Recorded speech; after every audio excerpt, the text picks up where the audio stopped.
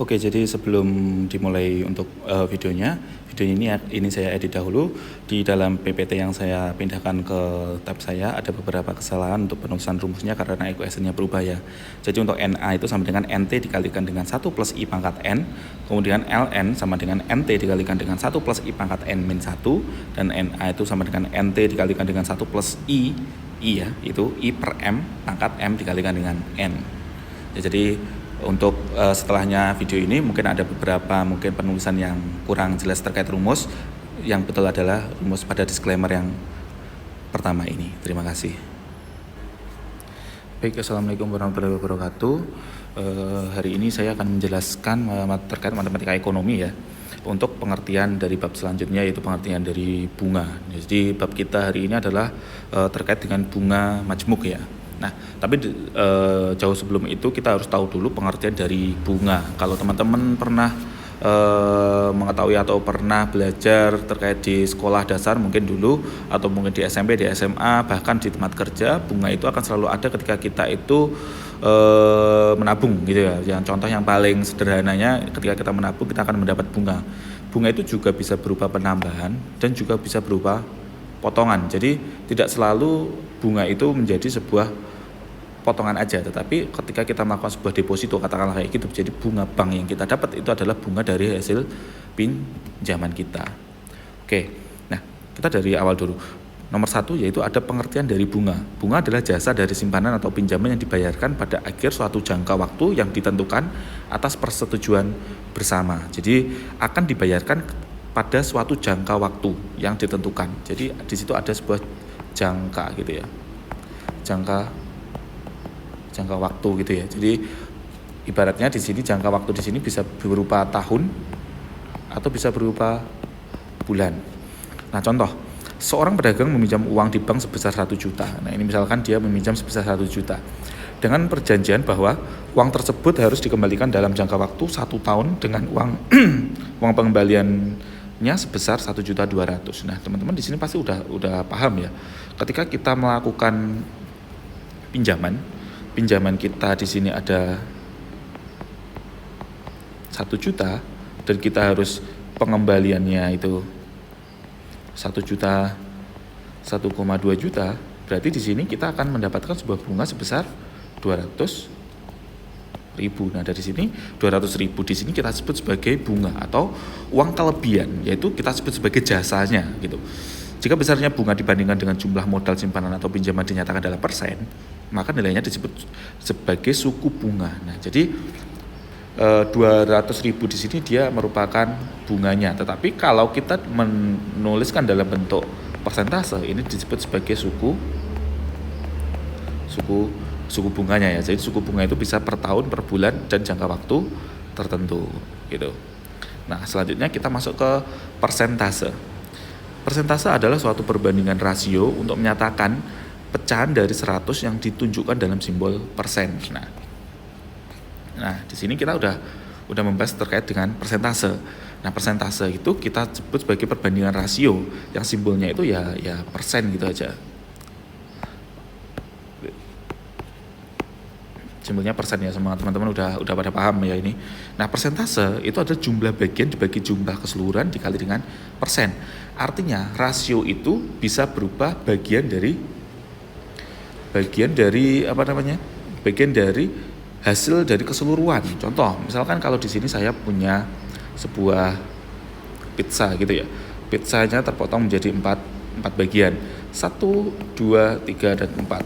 Satu bagian dari pizza ini merupakan 1 dari 4 dikalikan dengan 100 keseluruhan. Artinya 1/4 dikali 100 sama dengan adalah 0,25 atau 25% gitu ya. Kalau kita membuatnya menjadi bentuk suku bunga atau persentase. Nah, ini berikut beberapa contoh perhitungan persentase. Yang A, sebuah botol berisi air sebanyak 500 ml. Kemudian ditambahkan air ke dalam botol tersebut sebanyak 50 mili air. Awalnya 500, kemudian ditambah dengan 50 mili. Berapakah persen kenaikan volume air pada botol setelah ditambahkan? Nah, gitu. Jadi yang mulanya itu adalah dia 500 mula-mula ditambah dengan 50 ml. Pertanyaannya, berapa persen kenaikan? Berarti kenaikannya kan 50 ml dari 500, artinya 50 per 500 dikalikan dengan 100%. Atau ini kita bisa coret, ini kita bisa coret, ketemunya 5 sama dengan 50 per 50. Sorry, 5 kali 5-nya dicoret juga ya, jadinya 10% gitu. Jadi kenaikan volume air yang ada di dalam botol itu naik sebesar 10%. Ibaratnya bunga itu kayak gitu. Jadi berapa uang yang, kalau kita bicaranya uang ya, berapa uang yang kita simpan, kita hitung berapa persen yang akan kita harus bayarkan, maka di situ ada pengurangannya. Jadi kesimpulannya, kenaikan volume air pada botol 500 ml setelah ditambahkan air 50 ml adalah 10%. Nah, itu untuk contoh yang satu.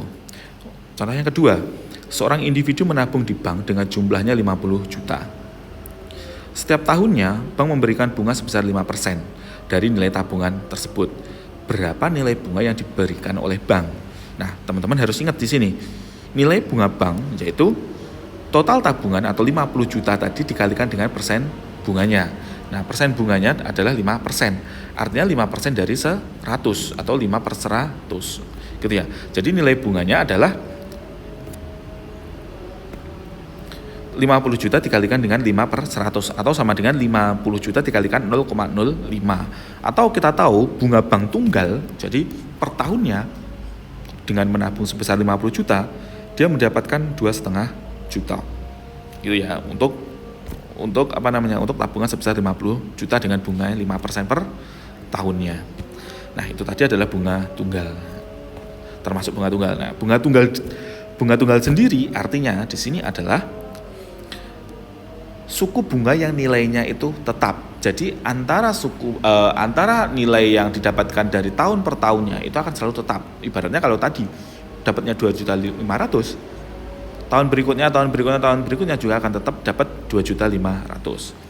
Berikut beberapa karakteristik bunga tunggal ya. Jadi bunga tunggal tidak mengalami perubahan nilai pada setiap periode. Jadi antara satu tahun, misalkan tahun pertama dia mendapatkan 2,5 juta, tahun kedua dia tetap mendapatkan 2,5 juta.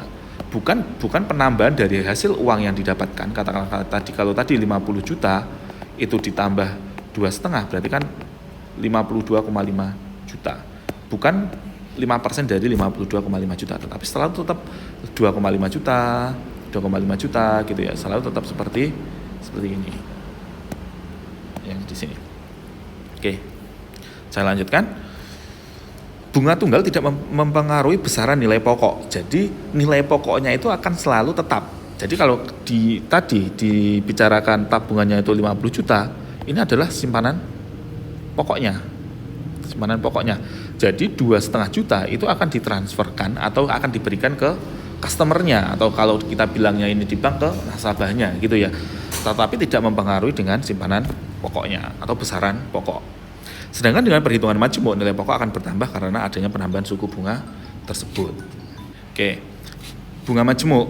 Bunga majmuk atau bunga yang berbunga, yakni bunga yang penghitungannya mengacu pada modal awal dan akumulasi bunga yang dibebankan pada periode sebelumnya.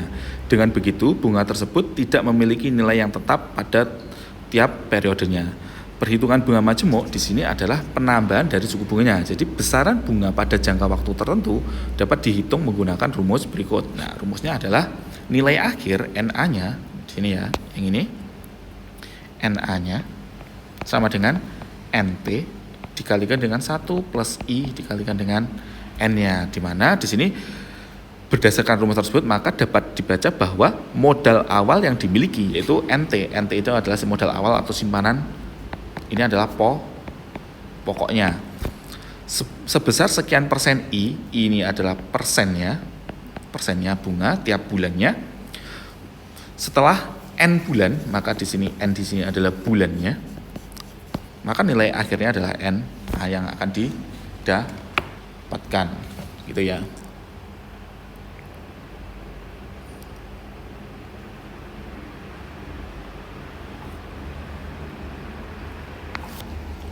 Nah, selanjutnya Kemudian apabila ingin menghitung besaran bunga kumulatif berarti bunga kumulatif itu adalah bunga yang kita dapatkan dari penggabungan dari seluruh hasil suku bunga yang kita dapatkan pada tabungan pokoknya. Rumus yang dipakai di sini adalah bunga kumulatif ya, itu adalah ln ya sama dengan NA dikurangi dengan NT. Jadi di sini NA-nya itu adalah nilai akhirnya dikurangi dengan nilai tunai atau nilai modalnya. Maka di situ kita akan tahu penambahannya dari kumulatif penambahan dari bunganya. Nah, LN ini bisa kita dapatkan dari NT tadi, 1 plus I dikalikan dengan N dikurangi dengan NT. Ini kan rumusnya si NA. Atau bisa kita rubah menjadi NT dalam kurung 1 plus I dikalikan dengan N dikurangi 1 gitu ya. Nah, sedangkan rumus untuk mengetahui bunga pada akhir tahun itu ada rumusnya lagi, yaitu NA. Jadi langsung untuk perhitungannya NA sama dengan NT dikalikan dengan 1 plus I dibagi dengan M dikalikan dengan M dikalikan dengan N. Di mana NT-nya ini tetap NT-nya di sini adalah nilai tunainya. Kemudian I-nya di sini tetap suku bunganya, ini tetap bunganya ya. Kemudian M-nya di sini dia mewakili dari di sini tidak dituliskan ya. M-nya di sini mewakili apa? Tetapi untuk M yang akan kita cari di sini adalah nilai dari bunga pada akhir tahun ke N. Jadi sudah berapa banyak bulan yang ini bulannya ya. N-nya ini baru tahunnya gitu ya. Sudah ada berapa M-nya ini ada berapa banyak yang akan didapatkan setiap periodenya. Jadi kalau saya tadi bilang bulan itu belum tentu. Kadang ada orang itu yang sebutnya itu mingguan. Ada bunganya itu harian kalau kalian ke koperasi. Nah, tetapi kalau kita bicaranya ini N dalam tahun, jadi M-nya itu adalah banyaknya bulannya. Jadi bunganya itu akan dikalikan sebanyak tahunnya. Oke ya. Nah, bicara terkait rumus-rumus ini tadi udah ada di dalam materi ini ya. Nah, kita langsung aja masuk ke contoh soal. Biasanya untuk contoh soal ini akan lebih memudahkan ya dalam melakukan pemahamannya gitu. Nah, yang pertama sekarang ada soal contoh nomor 1, ada Budamar. Budamar itu memiliki modal sebesar 200.000. Modalnya sama dengan 200.000.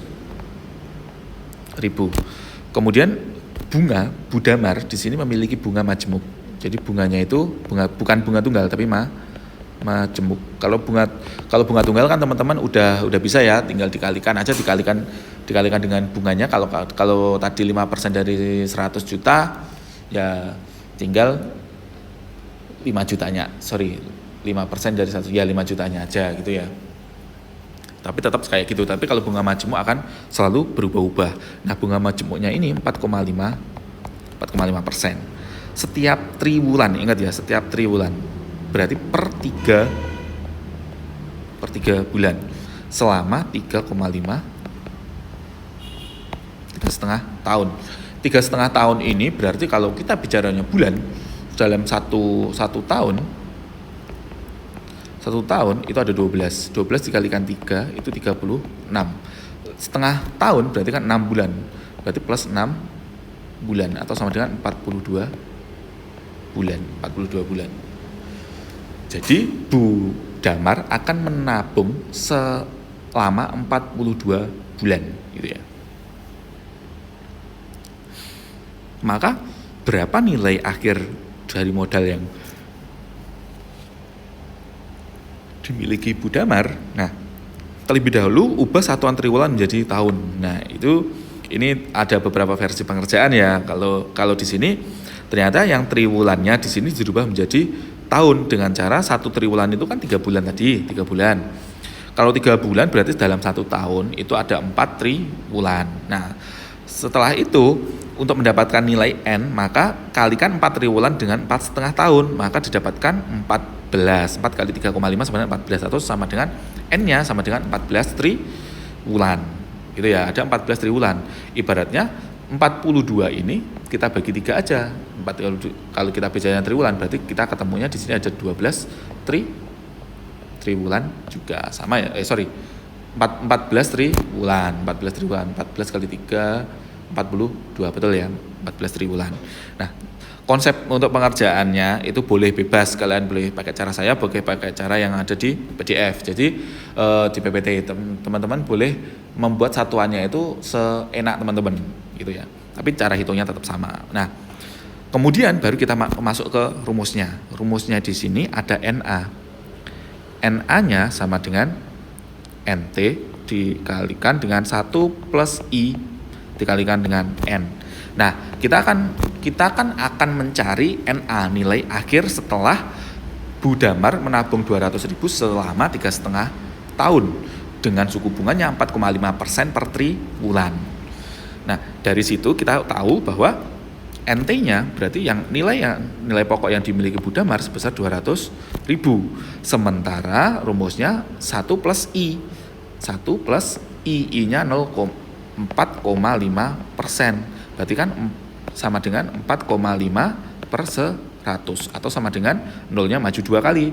1, 2 gitu kan ya. Jadi 0,0045. 1, 2 ya. Nolnya kebanyakan 1.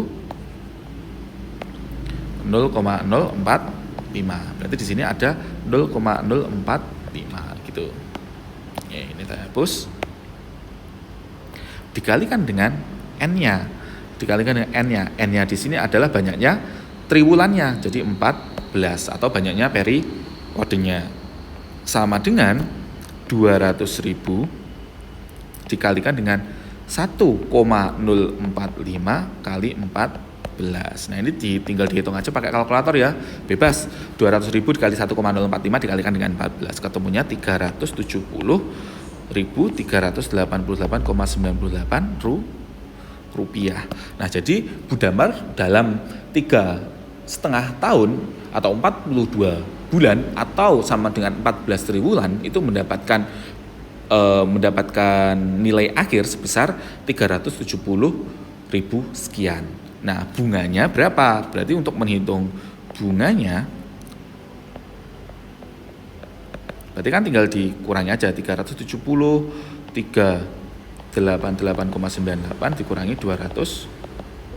Nah, ini kan nggak ditanyakan, tapi kalau memang mau ketemu nilai angkanya berarti kan di sini ada 170.388,98 rupiah itu ya. Berarti bunga yang didapatkan oleh si Bu Damar. Oke, lanjut. Selanjutnya ada Pak Dani. Pak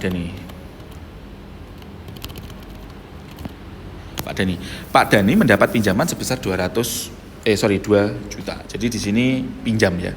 Kalau tadi kan menabung, sekarang pinjam dengan bunga majemuk per bulannya yaitu 2%. Jadi pinjamannya